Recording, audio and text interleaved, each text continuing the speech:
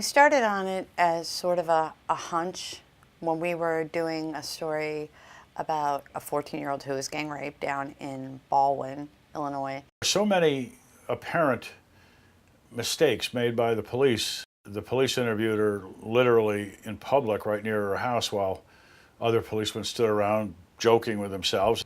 We were kind of the mind that this kind of thing had to happen all the time, the way police were treating the situation. The thing that probably surprised George and I the most is most of these women, when we asked them if we could use their name, they were pretty unfailing in saying, yes, use my name, take my picture.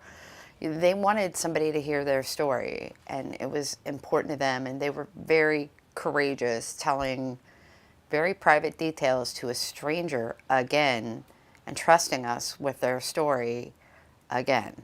70% of persons identified as felony sex crime criminals don't get prosecuted.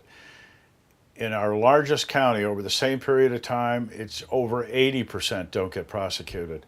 In some cities, including in Carbondale, Illinois, where there's a large university, it's nearly 90% don't get prosecuted. When you start thinking about more than 4,000 men in Southern Illinois have been accused of sexual assault and never been prosecuted, those are people who could be dating your mother, they could be dating your sister, they could be dating your daughter, and you would have no way of knowing because there's no court record, there's no way to tell that they had ever been accused of this.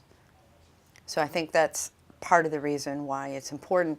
And there's also some studies that show that men who are in prison for sexual assault usually have multiple victims that either never reported or they never got prosecuted on those cases.